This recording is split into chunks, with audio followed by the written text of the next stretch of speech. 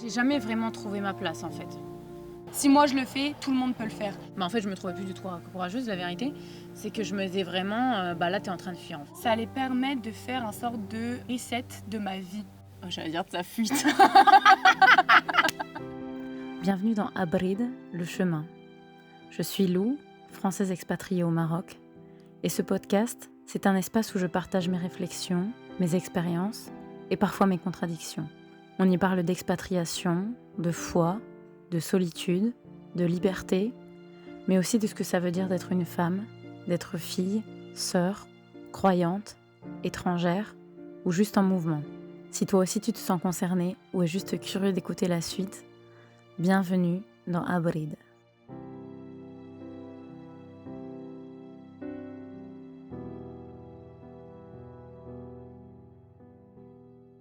Bonjour à tous et bienvenue dans ce nouvel épisode du format dans lequel on discute plus amplement d'un sujet. Aujourd'hui, je suis en présence d'une invitée de marque. Vous n'avez pas vu la ressemblance, il s'agit de ma sœur qui, du haut de son jeune âge, a déjà vécu plein de choses. Je prends exemple. Et une vie pas forcément conventionnelle parfois. Et du coup, je me suis dit que ce serait l'invitée parfaite pour qu'on discute ensemble de la question partir, est-ce affronter ses peurs ou plutôt les fuir? Ou en d'autres termes, en fait, est-ce un acte courageux ou un acte de lâcheté de partir en voyage, partir loin de ses proches, etc. Du coup, on va vous donner un peu de contexte et je vais laisser Domi se présenter et commencer et vous expliquer ce qu'on entend par partir en fait. Ok. Donc bonjour, je m'appelle Domiti, j'ai 18 ans. Je suis partie donc durant mon année de première au lycée français international de Dublin. Donc j'ai fait un an en famille d'accueil. Et donc cette année, je suis repartie juste avant de commencer mes études à Londres en tant que jeune fille au pair.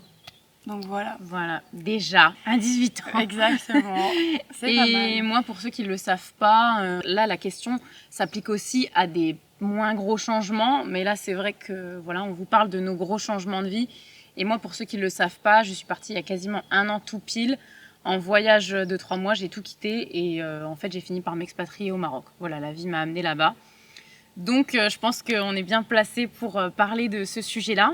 Et pourquoi on est parti? Donc je vais laisser Domi d'abord expliquer les raisons de... Oh, j'allais dire de sa fuite. Bon, on annonce. Donc je vais laisser Domi expliquer les raisons de son départ et de son voyage.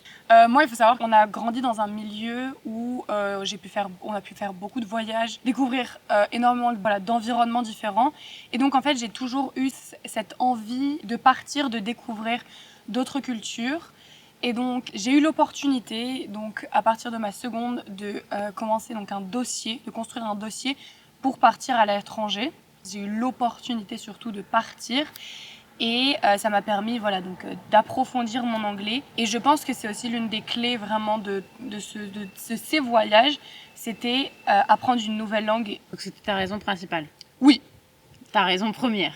Tu t'es dit, je vais approfondir Alors après, l'anglais. Il y a d'autres raisons, on va dire, qui sont... Sous-jacentes, tout à fait. Je dois le dire. Maintenant. Oui. Je pense qu'il y a aussi une raison principale, c'est que donc, je suis la dernière donc, d'une fratrie de 5 enfants. Et donc, j'ai grandi avec tous mes frères et sœurs. Louise est quand même partie, moi, quand j'avais peut-être 11 ans. Jeune, hein. J'étais 10-11 ans, donc je m'en suis pas rendu compte. Par contre, j'ai grandi principalement avec Jean, donc il y a 1 an de plus que moi. Et lorsque lui, il est parti faire ses études, j'ai eu vraiment du mal à m'imaginer vivre toute seule. Dans le foyer familial. Dans le foyer familial, sans lui, parce que vraiment, on est très fusionnels. Voilà, c'était un peu mon pilier. Et de savoir qu'il allait plus être là avec moi, ça a été très dur à accepter. Et donc, c'est pour ça aussi que j'ai voulu partir en me disant, il part, donc je vais partir aussi. Voilà, mes parents, ça a été encore plus dur pour eux, quoi. Mais voilà, c'était aussi une raison quand même principale. On dit souvent que vous êtes des jumeaux quasiment, donc ils ont 1 an pile d'écart, donc voilà. Ok. Et moi, c'était un peu plus varié. Donc je me suis beaucoup cherchée dans le travail, j'ai fait beaucoup des années de césure, des stages, j'ai travaillé dans le privé, dans le public, dans l'associatif. Je me suis vraiment beaucoup cherchée en tant qu'ingénieure, j'ai oublié de dire, je suis ingénieure. Et j'ai jamais vraiment trouvé ma place en fait. Que ce soit en tant qu'ingénieure, ou même dans la société en règle générale, je me disais toujours, mais je me vois pas bosser dans le privé, je me vois pas bosser dans l'associatif. Il y a toujours des choses, donc voilà, il y a du bon et du mauvais partout, mais j'arrivais pas à trouver ma place. Et en fait, j'ai un contrat de 1 an qui s'est terminé dans la fonction publique. Et je me suis dit, Louise, toutes ces personnes qui ont une vie un peu moins conventionnelle et que t'envies en fait, et que t'envies et que t'admires et tu te dis que c'est pas pour toi, ben en fait pourquoi c'est pas pour toi? Et donc je me suis dit mais vas-y fais-le. Et donc j'ai commencé à me mettre cette idée en tête de je vais partir 3 mois en Espagne toute seule, je vais faire mon tour d'Espagne, etc. Et je savais au fond que c'était un peu en rupture avec ce que je faisais avant et je m'étais dit je sais pas si je reviendrai dans la vie conventionnelle, mais par contre j'avais cette idée de vivre autrement. Et ça vraiment ça a été mon leitmotiv et ça a été ma motivation première de me dire fais ce que t'as jamais osé faire, fais-le maintenant et pars. Donc voilà, je suis partie. On est partis, on est tous partis, toutes les deux. Et je sais que moi, du coup, au début, j'étais très fière de partir. J'étais très fière et je me sentais très courageuse de prendre cette décision, etc. Je sais pas ce qu'il en est de Domi. C'était un peu plus compliqué parce que, comme toi, c'était vraiment pas conventionnel. J'étais à ce moment-là en classe de seconde dans Et une... t'étais jeune. Dans une classe, oui, j'étais jeune. Personne faisait ça. J'étais dans une classe sportive, donc en fait, tout le monde de ma classe savait très bien qu'ils allaient rester, ils allaient faire les 3 ans. Et le fait d'être partie, ça a quand même aussi marqué une vraie rupture, en fait. C'était très peu... Enfin, je connaissais personne autour de moi qui était parti pendant son lycée, comme ça. Ouais. Bien T'avais pas d'exemple non pas plus. d'exemple, Moi, non, je l'ai pas fait. Personne ne l'a fait. Non, vous étiez parti autre part, mais... Oui, mais on t'a pas motivé à ce moment-là. autrement, Voilà, mais pas par exactement. ce biais-là. On n'a pas du tout fait ces expériences-là. Bien sûr, donc ça a été... Se rendre compte de l'acte, enfin, ça demande vraiment du courage. Ça, je m'en suis pas du tout rendu compte parce qu'en fait, on fonce tête baissée, faut faire les papiers, etc. Et une fois qu'on a le résultat, une fois que j'ai le résultat, j'étais très très contente. Je me suis dit, j'ai accompli quelque chose. J'ai enfin accompli quelque chose. Ça ajoute quelque chose aussi à son estime de soi, de se dire, je suis capable, surtout à un jeune âge comme ça. Seule. Enfin, oui. T'es seule, tu fais un truc que personne ne fait. Non, mais c'est vrai, tu fais un truc que personne ne fait. Bien sûr.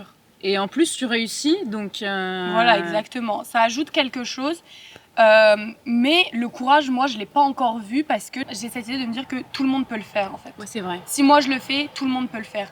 Donc, le courage, je le vois pas tout de suite. C'est vraiment après, quand j'ai commencé mon année, que je me suis rendu compte que, ok, être partie toute seule comme ça m'a demandé du courage. Ouais. Devoir faire ma scolarité comme ça, toute seule. On est accompagné par les profs, mais ça suffit pas. Il n'y a pas les parents qui sont là derrière toi tout le temps, quoi. Même là, d'être au père... Oui, tout à fait. C'est vrai que être au père, ça m'a demandé un peu plus de courage et j'étais un peu plus vieille. J'étais déjà partie, donc je m'en suis rendu compte un peu plus que c'était du courage, surtout qu'à ce moment-là, tout le monde partait faire ses études. Et encore une fois, en rupture avec tout le monde. Je me suis dit que moi, j'allais pas partir faire mes études et par contre, j'allais partir à l'étranger faire une année de césure. Et donc là, par contre, je me suis bien rendu compte qu'il m'a fallu du courage pour accepter que je partais pas faire mes études.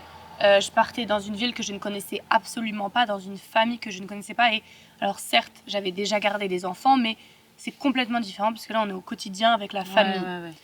Donc, et tu te retrouves seule, etc. Mais c'est vrai que tu as raison sur le fait du courage. Je m'en souvenais plus parce que ça fait longtemps, mais en fait, c'est vrai que moi aussi, j'ai pas ressenti le fait d'être courageuse. C'est beaucoup les gens autour qui me disaient oh, qu'est-ce que tu fais, c'est super courageux et tout. Et en fait, moi, ça me paraissait normal. Je pense qu'il y a un sujet que j'aborderai plus amplement et le fait de faire ce genre de choses en tant que femme aussi, le fait de voyager seule en tant que femme, etc. Et moi, comment je me sens. Et je pense que ça joue énormément dans le fait que j'ai trouvé ça normal parce que depuis que je suis tout petite, je pense que je m'autorise beaucoup de choses, notamment en tant que femme. Et là, je m'autorisais ça aussi. Et je me suis dit, ouais, tout le monde peut le faire en fait. Et je vois aussi beaucoup de gens qui le font. Même si c'est pas la majorité sur les réseaux, dans mon entourage, c'est vrai qu'il y avait personne. Mais je me disais, c'est normal en fait. Enfin, c'est vrai que je me suis pas dit, waouh, je suis en train de faire un truc de ouf. Parce qu'en fait, j'avais pas peur. Je pense que c'est beaucoup lié à ça, le fait de sentir courageux. Au début, j'ai pas ressenti la peur de partir, la peur de l'avenir, la peur du futur. En même temps, je me mettais un peu des barrières de 3 mois, je compartimentais un peu mon voyage comme ça, un peu pour me rassurer dans ma tête. C'est devenu beaucoup plus compliqué par la suite. Mais toujours est-il qu'au début, moi, je me suis pas dit c'est une fuite. Enfin, une fuite saine. Je savais que je partais. L'acte de fuite, c'est partir, fuir quelque chose. je savais que j'en avais besoin. Je savais que je le sentais en fait au fond de moi. C'était vraiment je me voyais pas faire autrement en fait. C'était quelque chose de physique. Je me disais, je vois plus ma vie, vivre ma vie comme ça. J'ai besoin d'autre chose. La vie est courte, j'ai qu'une vie.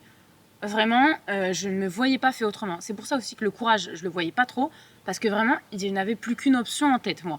Je me disais, c'est de partir et de faire et de vivre la vie telle que je le veux, en fait. Du coup, je l'ai pas trop ressenti en tant que fuite, genre pas fière de ce que je fais, etc.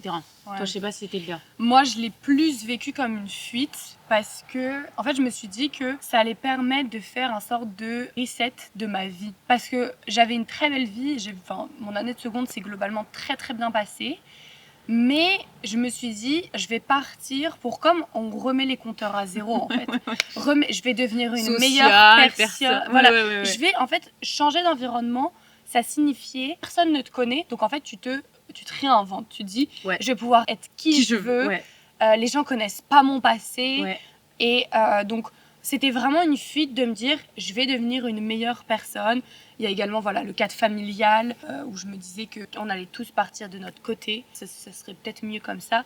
Mais personnellement, je l'ai vraiment vécu comme une fuite, moi. Ouais. En fait, je pense que moi, le terme de fuite, j'avais du mal à l'employer parce que, en fait, c'est connoté, je trouve. Ouais, c'est connoté très négatif, en fait. Si tout tu à fuis, fait. etc. En fait, moi, je partais. Et c'est vrai qu'on pourrait dire que c'était une fuite parce que, certes, il y avait ce côté professionnel, ce côté, je voulais sortir du système, je ne me retrouvais pas, etc.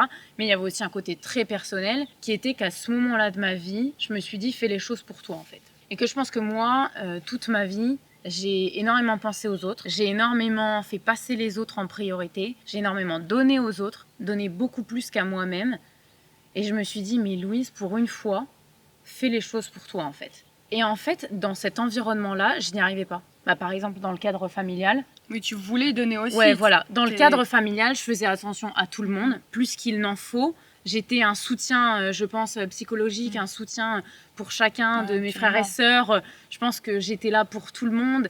Et je m'en plaignais pas, mais intérieurement, j'avais du mal à porter tout ça. Et pour autant, en fait, je l'acceptais et j'allais quasiment le rechercher, ce truc de me sentir indispensable. Et en fait, c'était trop lourd à porter. À un moment donné, je me suis dit, mais si un tel est triste, moi aussi, je suis triste et je veux tout faire pour cette personne.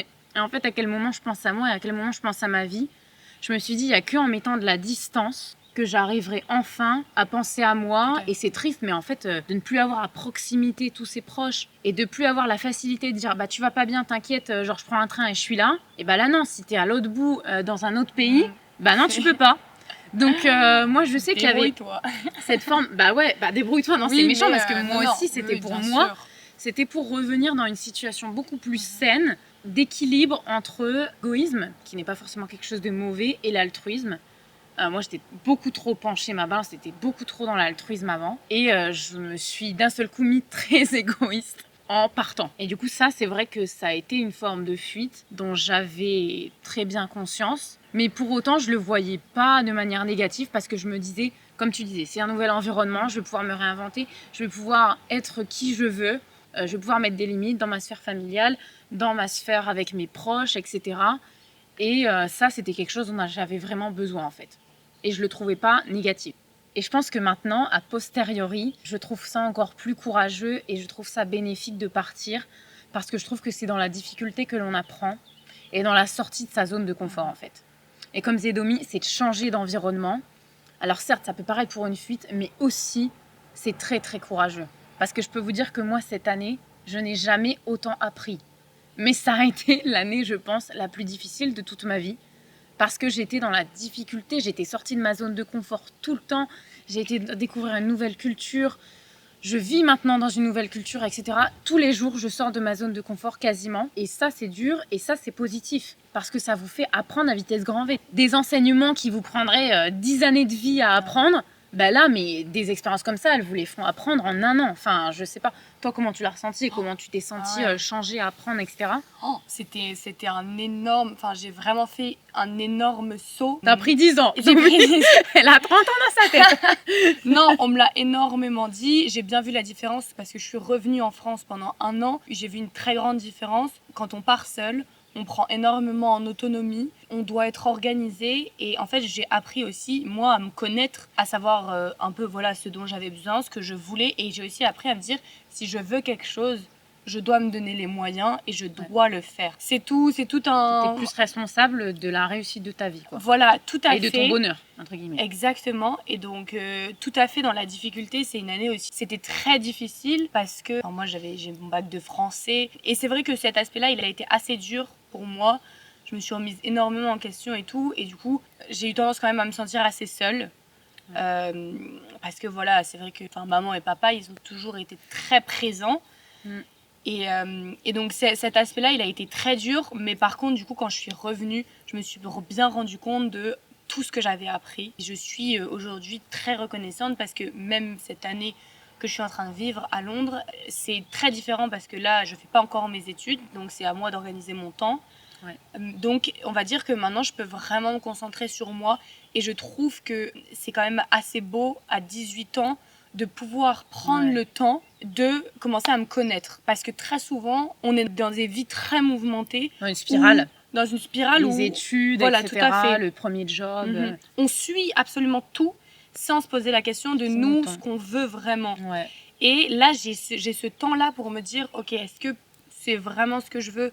Est-ce que ces études-là, je veux vraiment les faire? Est-ce que je vais me donner à fond? Et franchement, c'est ce que j'ai appris de plus beau, on va dire. C'est vraiment d'apprendre sur moi. Et c'est en partant que tu as pu apprendre. Exactement. Je pense que moi, je vais pas partir sur les apprentissages de cette année parce que ça va partir en une vidéo de vraiment 4 heures. Je referai un truc là-dessus parce que vraiment, j'apprends et j'apprends encore beaucoup maintenant. Et du coup, moi, je trouve qu'en fait, le shift, ça s'est passé quand en fait, le temps a commencé à passer. Et le temps a entaché un peu la fierté que j'avais. Et ce qui joue un rôle aussi énorme dans ça, en fait, c'est l'entourage. Et c'est les gens qui sont autour de vous, en fait. Et en fait, moi, au début, on m'a souvent dit que j'étais courageuse, etc. Donc, j'avais même pas à le penser, moi, parce que les autres le pensent pour moi, donc tant mieux. Et en fait, de plus en plus, voilà, ça s'est lissé, quoi. Je suis retombée, en fait, en quelque sorte, dans une autre zone de confort, qui était cet autre environnement, loin de tout, etc. Et là, les gens autour de moi, mes proches, m'ont dit « Louise, quand est-ce que tu rentres ?» Et en fait, je me suis dit « Ah bah oui, c'est vrai que là, je commence à retomber dans une autre zone de confort et que j'ai peur de rentrer, entre guillemets, et que les gens n'étaient plus reconnaissants, n'étaient plus fiers de ce que je faisais, entre guillemets. » Et là, ça a commencé à être dur, de me trouver courageuse. Mais en fait, je me trouvais plus du tout courageuse, la vérité. C'est que je me disais vraiment, là, t'es en train de fuir. Et là, je me disais, vraiment, c'est un acte lâche parce que tu fais comme une distorsion du temps, en fait. Tu prends le temps loin de tout. Et j'avais peur, en fait. J'avais peur de rentrer parce que, comme disait Domi, changer d'environnement, ça permet d'apprendre, etc., dans un autre environnement. Et moi, je me disais, je rentrerai pas tant que j'aurais pas changé d'avis sur des schémas de pensée et que j'aurais pas déconstruit plein de trucs. Par exemple, la notion de réussite, la notion justement d'altruisme envers mes proches, etc. Et je me disais, quand je serai prête, j'entrerai. Sauf qu'on n'est jamais prêt. On n'est jamais prêt. Non, mais la vérité, on n'est jamais prêt. À un moment donné, il faut refaire face au truc. Et du coup, en fait, moi, c'est là où j'ai commencé à shifter dans l'autre truc. Et je me suis dit, en fait, je suis plus fière, quoi. Et c'est une fuite, en fait, ce que je suis en train de faire. Je sais pas, toi, c'est vrai qu'au début, tu m'as dit que tu avais déjà cette notion de fuite, de lucidité. Mais quand est-ce que c'est devenu négatif, en fait, dans ta tête ? En fait, il y a un moment où je me suis pas sentie fière, c'est quand je me rendais compte que je n'accomplissais plus rien, entre guillemets, parce que en partant, on accomplit toujours quelque chose, mais dans le sens où c'est surtout, moi, ça tourne surtout autour de mes études, parce que absolument tous mes amis sont partis faire leurs études. Et donc, quand j'ai commencé à voir que moi, voilà, ils allaient finir leur première année, quand ils avaient tout leur partiel, et que moi, en décalage. je me disais, moi, je vais juste réviser pour une certification d'anglais, mais c'est tout.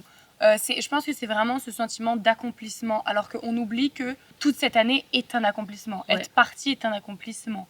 Et surtout, en fait, je retombais assez souvent dans la routine. Et en fait, quand on recommence à avoir les mêmes effets qu'on a quand on est chez nous, mais on se dit, mais ça n'a plus aucun sens. Je peux rentrer parce que je fais exactement pareil que quand je suis chez moi.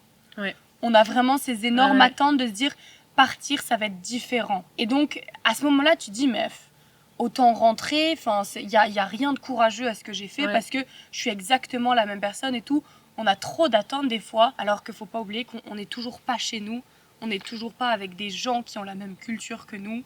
Je vois exactement ce que tu veux dire, parce que c'est vrai que quand on retombe, en fait, c'est retomber dans une zone de confort. Et retomber dans une routine. Et c'est vrai que moi aussi, j'ai ressenti ce truc de, en fait, j'ai exactement les mêmes problèmes. Et quelqu'un m'avait dit un jour, tu te sens pas bien à un endroit, souvent c'est plutôt que toi, tu te sens pas bien. C'est pas l'environnement qui t'entoure. Donc certes, l'environnement t'aide à changer, t'aide à, par exemple, moi, c'était nécessaire que je parte loin pour apprendre certaines choses. Et évidemment que c'est courageux. Et évidemment, ça m'a aidé énormément à apprendre plein de choses. Mais il faut pas compter sur le fait de partir pour résoudre des problèmes. Vraiment, il faut y mettre du sien, parce que les problèmes vont vous suivre, en fait. Vraiment, moi, j'ai retrouvé exactement les mêmes problématiques, que ce soit au Maroc ou en France, etc. Si c'est des problématiques internes, et par contre, si vous vous sentez bien, là, vous vous sentirez bien partout. Et c'est vrai qu'on a souvent tendance à se dire que les problèmes viennent d'ailleurs. On a tendance à se couper de notre propre responsabilité, à se dire, mais en fait, c'est moi qui est responsable de tout ce qui m'arrive là, autour de moi. Et c'est pas forcément l'environnement. Certes, il y a des environnements plus ou moins favorables, etc., à notre épanouissement. Ça, c'est propre à chacun. Mais par contre, il y a des choses que l'on doit changer dans chaque environnement. Et ça, c'est vraiment propre à nous. Et c'est la responsabilité de chacun de changer et de s'épanouir là où on est. Et donc, il ne faut pas compter sur le fait de partir pour résoudre tous les problèmes. Changer en un claquement de doigts. Et ça, c'est vrai que l'humain et moi-même, je le fais encore très souvent. Dès que je me sens pas bien à un endroit, je me dis, je vais déménager, je vais partir. Et après, d'un seul coup, je me calme et je me dis, en fait, non, ça va te suivre, Louise, ça va te suivre. Et du coup, avant de conclure, en fait, moi, je trouve que la balance est dans la lucidité que vous mettez face à votre acte de partir, en fait. Et du coup, savoir pourquoi on part, ça peut être totalement bénéfique, mais ça va dépendre de ce que vous en faites, en fait. Ça peut totalement être une fuite lâche où vous faites juste une distorsion du temps et vous partez 3 ans à l'autre bout du monde et vous n'apprenez rien et vous ne vous confrontez pas non plus à vos peurs là-bas parce que vous distordez le temps d'une quelconque manière que ce soit. Vous vous perdez dans la fête, dans l'alcool, dans le voyage, dans la vie tout le temps mouvementée, etc. Et du coup, je trouve que ça peut être totalement bénéfique quand on a le courage de se dire « je tire profit de ce que je suis en train de faire ». Mais il ne faut pas oublier d'être bienveillant envers soi-même. Non, mais ça, c'est très important. De pas être trop dur. Parce que, je disais tout à l'heure, c'est dans la difficulté qu'on apprend, sauf qu'on ne peut pas être dans la difficulté toute sa vie. La vie, sinon, il faut aussi se reposer un peu. Et je trouve que moi, j'ai appris ça beaucoup. C'est à être bienveillante envers moi-même, entre sortir de sa zone de confort et retomber dans une zone de confort. Et se dire que parfois, c'est nécessaire d'alterner. Et quand je suis dans ma zone de confort, et je le sais, parfois je fais des trucs aussi qui ne sont pas bénéfiques pour mon épanouissement, pour mon bien-être, je le sais, j'en ai la complète lucidité sur moi-même, et je le fais quand même, mais je sais qu'à ce moment-là, je peux pas tout le temps être là en train d'affronter mes peurs, en train de déconstruire des schémas, en train de faire ci, faire ça, et à un moment donné, c'est un épuisement sinon. Donc je trouve que c'est une balance entre sortir de sa zone de confort et en tirer profit, vraiment en tirer des apprentissages et en même temps retomber dans une zone de confort et avoir cette bienveillance et cette lucidité envers soi-même sur le fait que c'est nécessaire en fait d'alterner dans la vie en fait zone de confort et pas zone de confort. Je sais pas si vous avez déjà vu cette image de la petite personne qui veut monter au sommet et qui a pour goal vraiment d'être au sommet de la montagne. Et souvent on dit ça peut pas être linéaire.